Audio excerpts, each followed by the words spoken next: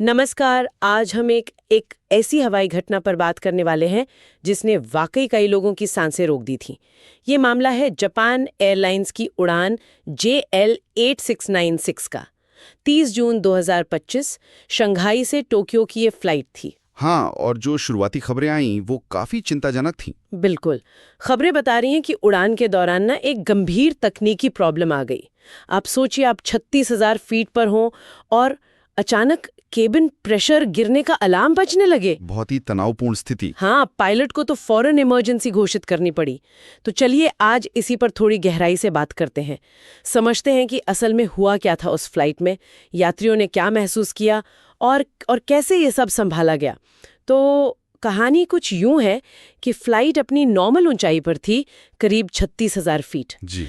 और तभी अचानक कॉकपिट में सिग्नल आया कि केबिन प्रेशर सिस्टम में कुछ गड़बड़ है। ये एक सीरियस अलर्ट होता है। 36,000 फीट, अरे बाप रे। केबिन में जो यात्री थे उनके लिए तो ये मंजर सोचकर ही डर लगता है। यकीनन। जैसे वो प्रेशर कम हुआ, ऊपर से ऑक्सीजन मास्क अपने आप नीचे आ गए होंगे, है ना? जी, ये ऑटोमेटिक सिस्टम होता है। और फिर तो जाहिर है यात्रियों में डर फैल गया होगा, अफरा तफरी मच गई होगी। बिल्कुल। रिपोर्ट्स में आया भी है कि लोग घबरा गए थे, कुछ रो भी रहे थे। हाँ, और स्थिति इतनी गंभीर लग रही थी कि कुछ यात्रियों ने तो अपने फोन निकाल लिए, अपने घर वालों को अलविदा मैसेज लिखने लगे। ओह, ये तो बहुत ही दुखद है सोचना भी। हाँ, कुछ लोग तो अपने बैंक डिटेल्स, बीमा पॉलिसी की जानकारी वगैरह नोट करने लगे थे, शायद वो सबसे बुरे के लिए। हाँ, मतलब वो उस स्थिति के लिए मानसिक रूप से तैयार हो रहे थे। बिल्कुल। और बाद में सोशल मीडिया पर वीडियो भी आए, सहमे हुए चेहरे, मास्क लगाए हुए लोग, वो डर साफ दिख रहा था उनमें। हाँ, वो तस्वीरें वाकई परेशान करने वाली थी। लेकिन यहाँ एक चीज समझना बहुत जरूरी है, तकनीकी नजरिए से। अच्छा, क्या? ये जो विमान का इतनी तेजी से नीचे आना था, जिसे शायद कुछ शुरुआती रिपोर्ट्स में गिरना या ऐसा कुछ कहा गया, हाँ। वो असल में एक सोची समझी कंट्रोल्ड प्रक्रिया थी। इसे एविएशन में कहते हैं रैपिड डिसेंट। रैपिड डिसेंट मतलब तेज अवतरण? बिल्कुल। जब केबिन में हवा का दबाव खतरनाक लेवल तक गिर जाता है तो पायलट को विमान जल्द से जल्द नीचे लाना होता है, ऐसी ऊंचाई पर जहां बाहर की हवा में सांस ली जा सके, आमतौर पर करीब 10,000 फीट। अच्छा। और ये पूरी तरह पायलट के कंट्रोल में होता है। ये कोई अनकंट्रोल्ड गिरावट नहीं थी। ये एक स्टैंडर्ड इमरजेंसी प्रोसीजर है। पायलट्स को इसकी ट्रेनिंग मिलती है। ओह, मतलब पायलट पूरी तरह से कंट्रोल में थे और ये विमान को सुरक्षित ऊंचाई पर लाने का एक तयशुदा तरीका था। जी हाँ, बिल्कुल।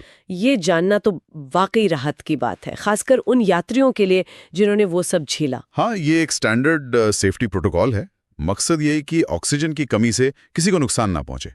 पायलट विमान को कंट्रोल करते हुए नीचे लाते हैं। हाँ, अनुभव डरावना जरूर होता है यात्रियों के लिए, क्योंकि गिरावट तेज होती है, पर यह उनकी सुरक्षा के लिए होता है। और इस केस में तो लगता है पायलट और क्रू ने वाकई कमाल का काम किया है। बिल्कुल सही। उन्होंने न सिर्फ हालात संभाले, बल्कि विमान को पास के एयरपोर्ट की तरफ मोड़ भी लिया।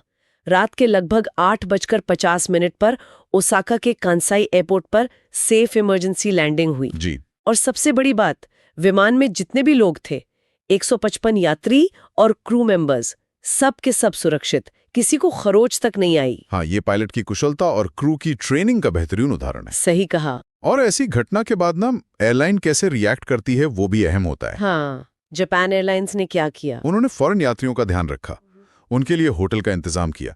जाहिर है यात्रा तो रुक गई थी। हाँ। और हर यात्री को तकलीफ के लिए मुआवजे के तौर पर 15,000 येन यानी लगभग 9,000 रुपए देने की पेशकश भी की। अच्छा। हाँ, ये एक स्टैंडर्ड तरीका होता है यात्रियों की तत्काल जरूरतों को पूरा करने का। तो अब आगे क्या? मतलब ये पता चला कि प्रेशर सिस्टम में गड़बड़ी हुई क्यों? देखिए, अभी जापान का जो ट्रांसपोर्ट सेफ्टी बोर्ड है और एयरलाइन के टेक्निकल एक्सपर्ट्स हैं, वो इसकी गहराई से जांच कर रहे हैं। उनका मकसद यही पता लगाना है कि असल कारण क्या था, कोई पार्ट फेल हुआ, मेंटेनेंस में कमी थी या कुछ और। इस जांच के बाद ही असल वजह सामने आएगी और इससे फिर आगे ऐसी घटनाओं को रोकने में भी मदद मिलेगी। एविएशन सेफ्टी लगातार सीखने की प्रक्रिया है। सही कहा। ये पूरी घटना सुनने में तो बहुत डरावनी लगती है, लेकिन ये हवाई यात्रा के जो सुरक्षा इंतजाम है, हाँ, और जो इमरजेंसी प्रक्रियाएं हैं, उनके महत्व को फिर से सामने लाती है। ये दिखाती है कि कैसे एक ट्रेन्ड क्रू और सही प्रोटोकॉल मिलकर एक बड़ी दुर्घटना को टाल सकते हैं। बिल्कुल। और अंत में एक बात और सोचने वाली है। क्या?